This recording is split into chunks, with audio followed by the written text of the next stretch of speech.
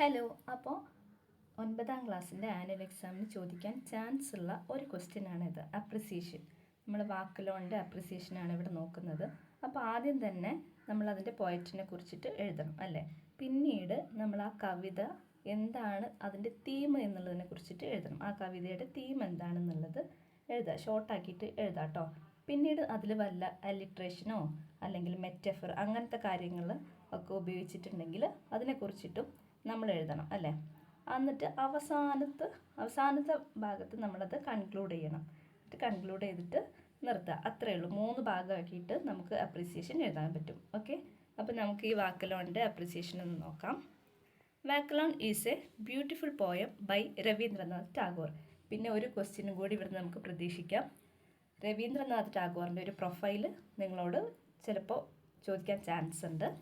അപ്പോൾ അതിൻ്റെ ഡീറ്റെയിൽസ് ഒക്കെ നമുക്ക് തരും, അത് നോക്കി എഴുതിയാൽ മതി. ഓക്കെ. അപ്പോൾ he got the Nobel prize for literature in 1931 for Gitanjali. The theme of the poem walk alone is resilience and independence. Okay.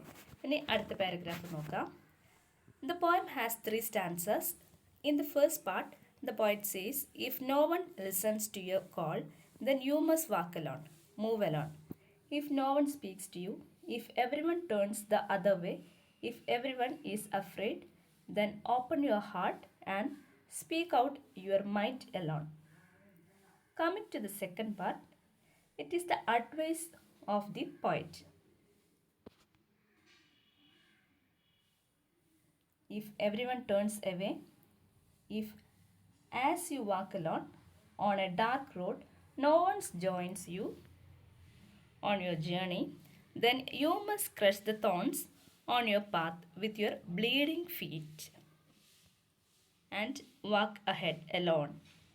In the last part, the poet tells us if no one holds up a light on a dark, stormy and rainy night, and if everyone seeks refuge behind a closed door, then with the flame from a roaring lightning, set your own heart on fire and shine alone, that many may aspire.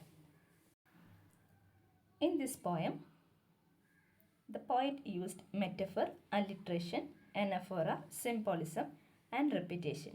All these together make this poem more beautiful. Okay. ഞാൻ ഇങ്ങനെ മാത്രം പറഞ്ഞിട്ട് ഇവിടെ conclude ചെയ്തതാണ്. നിങ്ങൾക്ക് അത് ഏതൊക്കെയാണെന്നുള്ളതും കൂടി വിശദീകരിച്ച് എഴുതാവുന്നതാണ്. അത് ഞാനിപ്പോൾ കാണിച്ചു തരാം കേട്ടോ. ഓക്കെ. നമുക്ക് അലിട്രേഷൻ നോക്കാം. Flame from. അടുത്തത് സിംബോളിസം. ഏതാണ്? Crush the thorns, bleeding feet, roaring lightning. ഇനി മെറ്റഫർ ഉണ്ട്, the thorns in your path. പിന്നെ റെപ്പിറ്റേഷൻ, വാക്ക് ലോൺ, മൂവ് ലോൺ, ഇതൊക്കെയാണ് അതിലുള്ള റിപ്പീറ്റേഷൻ, മെറ്റഫർ, സിംബോളിസം, അലിട്രേഷൻസ് ഒക്കെ കേട്ടോ. അപ്പോൾ ഇതും കൂടി നിങ്ങൾക്ക് ഡീറ്റെയിൽ ആയിട്ട് എഴുതണമെന്നുണ്ടെങ്കിൽ അങ്ങനെ തന്നെ എഴുതിയിട്ട് എന്ത് ചെയ്യണം? കൺക്ലൂഡ് ചെയ്യണം. ഓക്കെ. ഇനി നമുക്ക് ഇതിന്ന് ചോദിക്കാൻ ചാൻസ് ഉള്ള 1-2 ക്വസ്റ്റ്യൻസും കൂടി നോക്കാം. പിന്നെ ഇതൊന്നുകൂടെ ഞാൻ കാണിച്ചു തരാം. സ്പീഡിലാണ് പോയിട്ടുള്ളത്, എനിക്കറിയാം. അത് ഞാൻ സ്ക്രീന് സ്ലോയിൽ ഒന്നുകൂടെ കാണിച്ചു തരാം കേട്ടോ. അപ്പം നമുക്കിങ്ങനെ ഈ പോയിന്റ് തന്നിട്ട് നമ്മളോട് ഇങ്ങനെ ക്വസ്റ്റ്യൻ ചോദിക്കാൻ ചാൻസ് ഉണ്ട്. If no one's join on your journey, if no one joins you on your journey, what does the journey signifies? ഇവിടെ ജേർണി എന്നുള്ളതിനെ കൊണ്ട് അർത്ഥമാക്കുന്നത് എന്താണ്? ദ ജേർണി ഓഫ് ലൈഫ് ആണല്ലേ. ഓക്കെ. ജേർണി ഓഫ് ലൈഫ് ആണ് കേട്ടോ. അപ്പോൾ ഇത് അതിലുള്ള ഒരു 2 വരിയാണ്. ഇനി അടുത്തത് നോക്കാം. What does the flame from A roaring lightning symbolise? അതിൻ്റെ ആൻസർ എന്താ? അത് റോറിങ് ലൈറ്റ്നിങ് സിംബലൈസ് ചെയ്യുന്നത് എന്തിനാണ്? ഹോപ്പിനെ, ഓപ്റ്റിമിസം, അതുപോലെ തന്നെ ഫെയ്ത്ത് ആണ്. ഓക്കെ. ഇനി നമുക്ക് ഒന്നുകൂടെ നമ്മുടെ അപ്രിസിയേഷൻ ഒന്ന് നോക്കാം. നിങ്ങൾ വായിച്ച് എഴുതാട്ടോ. സ്ക്രീനൊക്കെ സ്റ്റോപ്പ് ചെയ്ത് എഴുതാം. അപ്പം നിങ്ങൾ ഇതിപ്പോൾ വാക്കലോണിൻ്റെ ആണ്. നിങ്ങൾക്ക് ഏത് കവിത തന്നിട്ടുണ്ടെങ്കിലും ആദ്യം നമ്മൾ ആ പോയറ്റിനെ കുറിച്ച് കുറച്ച് നമുക്ക് അറിയുന്നത് എന്തെങ്കിലും 2 വരിയെങ്കിലും നമ്മൾ എഴുതി വയ്ക്കാൻ ശ്രമിക്കുക. പിന്നീട് കവിതയുടെ ആശയം അത് നമ്മൾ അടുത്ത പാരഗ്രാഫിലാണ് നമ്മൾ സ്റ്റാർട്ട് ചെയ്യേണ്ടത് കേട്ടോ. എന്നിട്ട് അത് എന്തിനൊക്കെ കുറിച്ചാണ് പറയുന്നത് എന്നുള്ളത് ഡീറ്റെയിൽ ആയിട്ട് നമ്മൾ എഴുതി വെക്കുക. അതിനുശേഷമാണ് നമ്മൾ 3ാമത്തെ ഭാഗം വരുന്നത്, നമ്മുടെ കൺക്ലൂഷൻ്റെ മുന്നേ ഒരു ഭാഗം കൂടി വരും. അതിൽ യൂസ് ചെയ്തിട്ടുള്ള കാര്യങ്ങൾ എന്തൊക്കെയാണെന്നുള്ളത് ഡീറ്റെയിൽ ആയിട്ട് പറഞ്ഞതിന് ശേഷം മാത്രം നമ്മൾ കൺക്ലൂഷനിലേക്ക് എത്തുക കേട്ടോ. ഓക്കെ. അപ്പോൾ എന്നിട്ട് നിങ്ങൾക്ക് പറയാം ഇതിലുള്ള റെപ്പിറ്റേഷനും അതുപോലെ തന്നെ ബാക്കി കാര്യങ്ങളും അലിട്രേഷനൊക്കെ ഈ കവിതേനെ ഒരുപാട് ബ്യൂട്ടിഫുൾ ആക്കുന്നുണ്ട് എന്നൊക്കെ പറഞ്ഞിട്ട് വേണം നിങ്ങൾ അത് കൺക്ലൂഡ് ചെയ്യാൻ. ഓക്കെ, അത്രയും എഴുതിയാൽ തന്നെ നിങ്ങൾക്ക് ഫുൾ മാർക്ക് സ്കോർ ചെയ്യാൻ പറ്റും.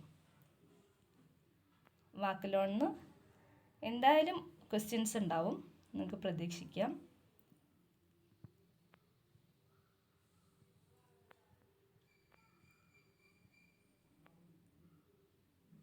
ഓക്കെ, അപ്പോൾ ഇത്രയാണ് നമ്മുടെ അപ്രിസിയേഷൻ.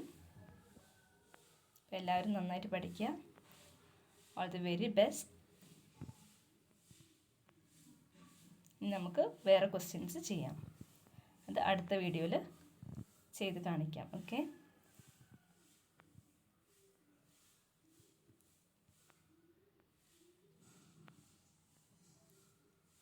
അപ്പോൾ താങ്ക് യു.